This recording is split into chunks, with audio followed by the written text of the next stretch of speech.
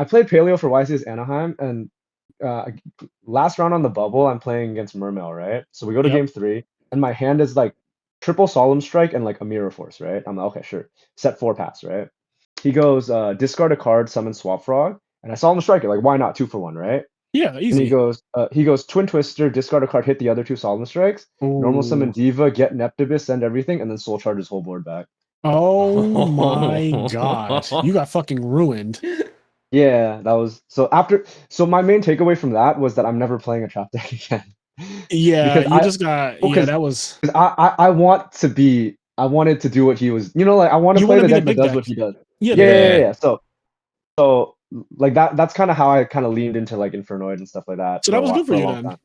Yeah, no, it was a huge it's a huge takeaway as to like I mean like play styles are fake, but like as to like what type of player I am and how I like to play the game, right? Well, it's funny because you've won 2 IMNerd podcasts online locals now, and one of Yeah. them was Dragon I mean Turbo, one of them was Christius Warren. it's very intentional. Like so the way I play is like some people say that I get like pretty lucky, but I think it's like somewhat true, but I think it's because the way I play is I give myself as many opportunities as I can to like get lucky.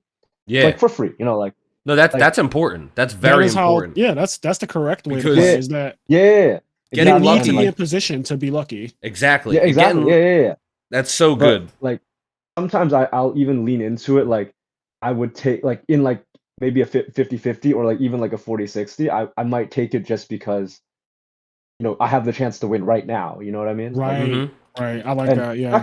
that could also be like a weakness, but I think like especially coming from Duel Links format where like the qualification system is very like over like it's a like large number system because you're just playing so many games.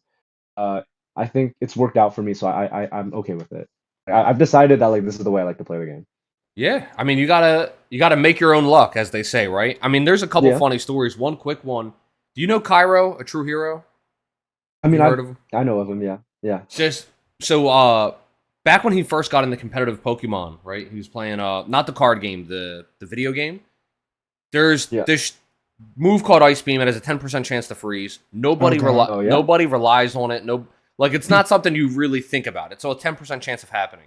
Kairo's like Mhm. in a match and a ranked match, and it's a match he's pretty much going to lose. But he can maybe struggle it out. He goes, I'm gonna Ice Beam this guy. And I was like, Ice Beam, I was like, dude, Yep. he 4 times resist. Like, you're not gonna get anything off Ice Beam. Like, why are you even trying to do that? Mhm. He was like, because I'm gonna freeze him. He was like, I'm going to freeze him and then I'll win. What's And I the was like, odds again? I'm It- sorry. What It's are the odds? 10%. It's 10%. Okay. Yeah. 1 out of 10. I Okay. mean, And so, honestly, 10% like coming from card games, like 10% is not horrible. but it's like if it puts him in such a bad position if it doesn't freeze this Yeah, if it turn. doesn't do exactly the And 10%, so you just kind of lose on the spot. and like it's a move you use so often and like you never see it freeze. Like, I don't know, but so he does it and he fucking gets the freeze and he proceeds to win. And I just like pop off. I'm like, how Yeah. the fuck? He's like, I'm gonna freeze him and then I'll just win. And I was like, That's this such a is Cairo thing. absurd. That's such a Cairo thing too. But here's the thing. I say this all the time. You need to win? luck to win. Mm-hmm. You need luck to win. There is not a single YCS champion, national champion, world champion, regional champion. I don't give a fuck what you are. Even topping. You need luck in this game to win rounds of YuGiOh. Of course, you can just be better than your opponent. Round 1, I've played actual children with no sleeves and their parents are standing behind them, right? And that doesn't take, I don't need anything to win that match. But then I also just play against Billy Brake and Patrick Hoban and Jeff Jones and all the other fucking insane players of my time. And those matches are between 2 highly skilled players who are both going to open up different levels of hands in terms of variance and how good those hands are.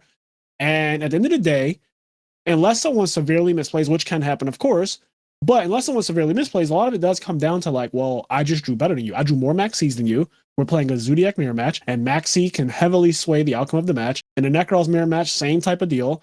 I drew Max C, you didn't, so I get to resolve my things unopposed. And just stuff like that. And It actually does dictate matches. Something that's important about that too, though, is that you have to be at a certain skill level for the luck to matter. If you gave that same deck to somebody else, and let's say they open a broken hand, but they don't know what to do with it, then it doesn't matter that they were lucky, Correct. right? You have to be in a position personally to even be able to take advantage of the luck. And that's what Andy was saying too, going back to his point about like he puts himself in a position to be lucky. It's like, yes, Well, Sure, you're lucky, was- but that's not all of what it takes, right? Like it obviously you have to also be a decent player to get to that point to even be lucky. I gave this example to my friend actually just the other day, and I think it helps a lot when you like exaggerate the numbers. So let's say like you're in a bad position, but you can make a play that has like a 2% chance of winning you the game, and the Yep. other 98% chance you just 100% lose, right? Yep. Mhm. But and you go for it, and like regardless, like if you don't get the 2%, you will lose just like all the other people that don't see that 2% play, and they just lose 100% of the time. It'll be the same, right? Yeah, yeah.